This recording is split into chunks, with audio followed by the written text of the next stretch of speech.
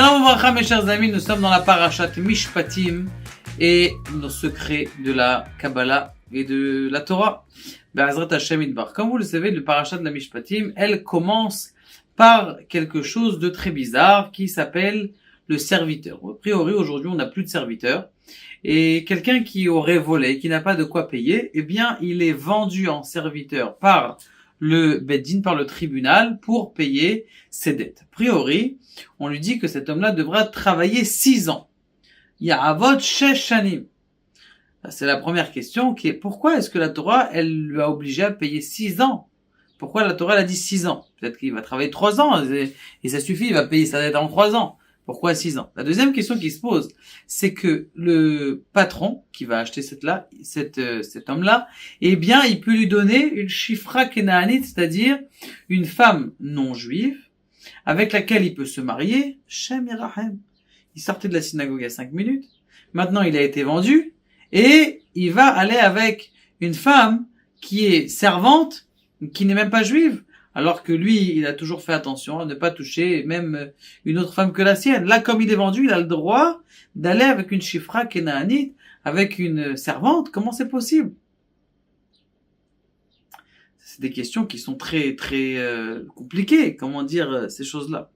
Eh bien, il y a une histoire avec le Baal Shem Tov où une fois un de ses élèves voulait absolument passer la fête de Kippour, on peut appeler ça une fête, avec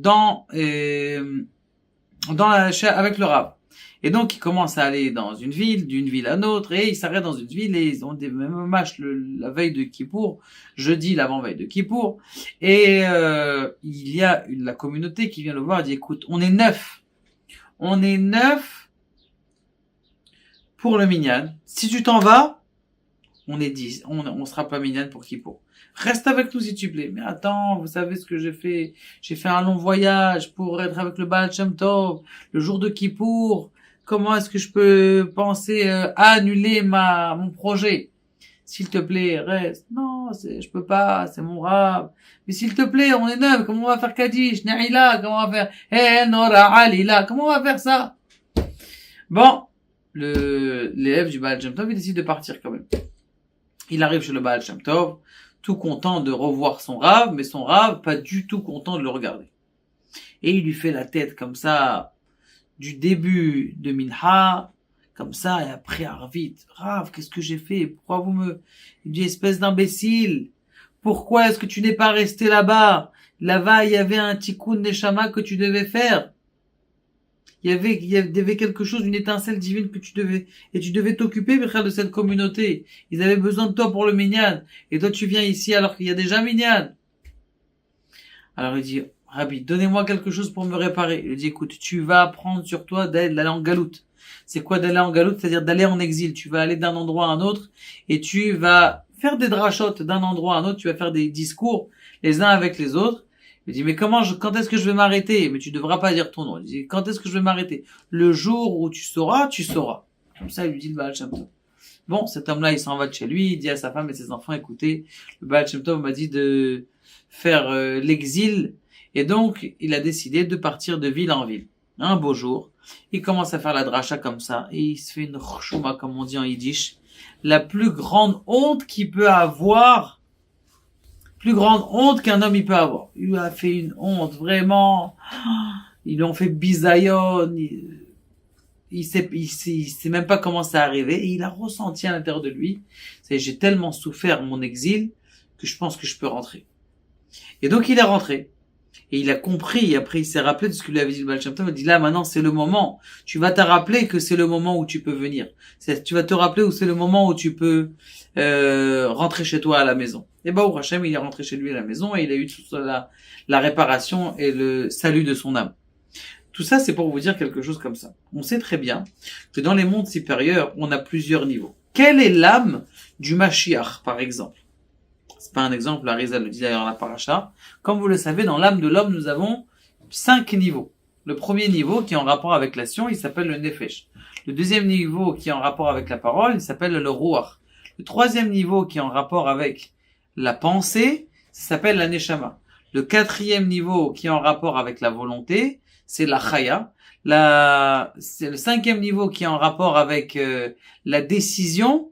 Eh bien, c'est ce qu'on appelle le Yechida.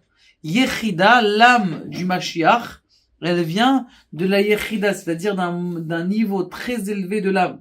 Maintenant, quelqu'un, il a la possibilité, tout au long de sa vie, eh bien, de perdre des parties de son âme et de descendre du monde de l'action, par exemple, ou du Ruach au Nefesh. Et le contraire aussi. C'est-à-dire, au fur et à mesure qu'un homme il se rend saint, il a des volontés qui sont élevées, eh bien, il va s'élever au fur et à mesure dans les mondes supérieurs, il va acquérir une âme qui est plus grande. Comme il disait Rav Ovadia Yosef, quelque chose d'extraordinaire. Le Ramban, c'est un grand Mekoubal, un Rishon de l'époque à côté de Rashi, Tosafot. Le Ramban, c'était un très grand Mekoubal. Quand il était petit, on l'appelait Moshe. Il s'appelait Moshe. Le Rambam, c'était un grand docteur et un grand philosophe et un grand sage juif. Et quand il était petit, on l'appelait comment? Moïshele. On l'appelait Moïse, c'était un petit Moshe. Après, il a changé, il a grandi. Il est devenu quelqu'un de grand. Mais au début, c'était quelqu'un de petit. Donc de là qu'un homme, au fur et à mesure des mitzvot qu'il fait, de l'étude de la Torah qu'il fait, eh bien sa neshama, elle s'élève. La neshama de Moshe Rabbeinu, elle est keneged neshama. Et celle du Mashiach, elle est keneged yechida. C'est quelque chose qui est très élevé. Ce serviteur-là, qui a été vendu, cet homme en vérité juif, qui a été vendu en serviteur pour rembourser sa dette, eh bien, il a perdu de sa force. Et comme vous le savez, on a 10 sphères, dont 6 sphères, celles du bas, eh bien, comment on appelle ça, qui sont celles du bas. Celles qu'on appelle la bonté, la rigueur, la splendeur, la gloire, la victoire, le remerciement, la racine. Toutes ces sphères-là, Chesed, Gvura, Tiferet, Netzach, Hod, Yesod, et sont au nom de 6. Maintenant, lorsqu'ils sont au nom de 6, eh bien, cet homme-là, il est tombé. Il est tombé dans la malchoute, c'est-à-dire qu'il est tombé dans la sphère la plus basse. Lorsqu'il est tombé dans la sphère de la plus basse, eh bien, c'est pour ça qu'il doit travailler 6 ans pour se remonter de niveau.